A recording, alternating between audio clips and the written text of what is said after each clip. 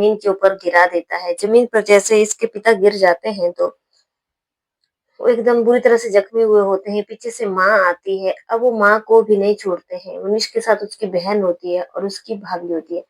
राधे राधे, आदाब, सत श्री अकाल, नमस्कार। आप सब लोग मेरे चैनल में बहुत ज़्यादा हार्दिक अभिनंदन है दोस्तों। आप सब लोग कैसे हो? आई होप आप सब लोग बहुत ही अच्छे से होंगे। आज की कहानी जो है वो बिहार के चंपारण जिले की है, जहाँ से आपको पता चलेगा कि आखिर एक बेटे ने जो है वो अपने पिता का कत्ल क्यों कर डाला। साथ में उसकी बहन भी थी और उसकी पत्नी भी थी। तो वीडियो को स्किप मत करना। आपसे एक ही रिक्वेस्ट है कि आप पूरी कहानी को सुनना, तभी दोस्तों आपको पता चलेगा कि आखिर कहानी में क्या हुआ। तो दोस्तों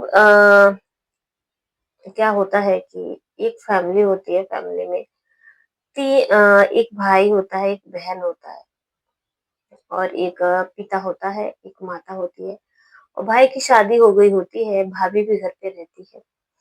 लेकिन दोस्तों क्या होता है कि सब लोगों के लिए कि ये आगे जो है वो काफी रात का अंधेरा था, सब लोग जो है वो सो रहे थे। अब वहां पे काफी चीख पुकार की जो है वो आवाज मचती है, काफी लोग चिल्लाने लगते हैं। अब जब लोग ये रात का सन्नाटा था, अब चिल्लाहट की आवाज को सुनते हैं कि आखिर ये कौन चिल्ला रहा होगा, तो लोग काफी हैरत में पड़ जाते हैं कि ये क्या आखिर हुआ, तो हुआ क्या हुआ। दोस्तों अब ये क्या होता है कि माँ जो है वो भाग रही थी और भागी भागी जो है वो बाजरे के खेत में चली जाती है। जैसे ही माँ बाजरे के खेत में भागी भागी चली जाती है तो ये भाई जो है वो वहां पहुंच जाता है और माँ का जो है वो कत्ल कर डालता है। अब दोस्तों क्या होता है कि भाई जो है वो माँ का कत्ल क्यों कर डालता है। अब उसके बाद जो है वो माँ वहीं पे ढेर हो जाती है। काफी वहां पे सन्नाटा छाया हुआ था, रात का वक्त था। किसी को कुछ भी पता नहीं चल रहा था कि आखिर ये हुआ तो क्या हुआ। अब दूसरी जगह क्या होता है कि ये जो भाई होता है, अब जो पिता होता है वो पिता ढूंढता ढूंढता वहां पे आता है। माँ का नाम जो है वो रीमा देवी होता है।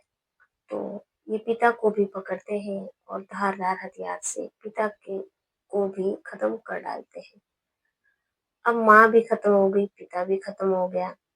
अब दोस्तों लोग जो है वो गांव के काफी भागते भागते वहां पे आ पहुंचे थे। जब लोगों ने देखा तो उस मंजर को देख करके लोग बहुत ज्यादा हैरान हो गए, परेशान हो गए कि आखिर क्या वजह रही। एक सगा बेटा जो था और बेटे की पत्नी और बेटी, उन्होंने अपने माँ बाप की हत्या क्यों कर डाली। अब दोस्तों प्रश्न ये उठ रहा था कि आखिर क्या हुआ होगा। अब जो कुछ भी हुआ, अब पुलिस को जो है वो गांव वाले सूचित कर देते हैं। चकिया थाना क्षेत्र की जो है वो पुलिस वहां पे आती है। तो पुलिस जो है वो डेड बॉडी को अपने पास अपने कब्जे में ले लेती है और उनसे जो है वो प्रश्न पूछती है। अब जब प्रश्न उनसे पूछे जाते हैं तो भाई बहन जो है वो जो सवाल देते हैं सब सुन करके हैरान रह जाते हैं। जो भाई होता है, भाई का कहना ये होता है कि जो हमारे पिता थे, हमारी माँ का देहांत पहले हो गया था, लेकिन ये जो हमारे पिता थे, हमारे पिता का जो है वो गांव की ही महिला के साथ प्रेम संबंध चल रहा था, जिसका हम लगातार विरोध करते थे। और जो हमारे पिता थे वो हमारी एक भी बात नहीं सुनते थे।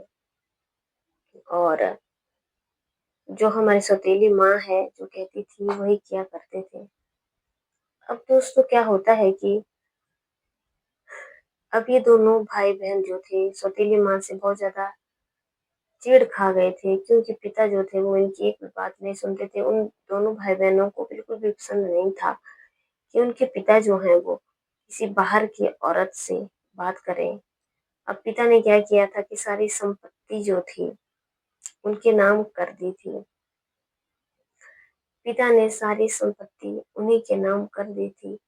और जब सारी संपत्ति उनके नाम कर दी थी तो बहुत ज्यादा परेशानी थी, बहुत ज्यादा भाई बहन को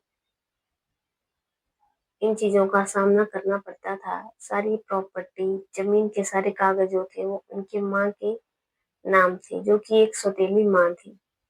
अब इन दोनों भाई-बहनों को और जो भाई की पत्नी थी, उन्हें ये चीज़ बिल्कुल भी पसंद नहीं थी। अब दोस्तों क्या होता है कि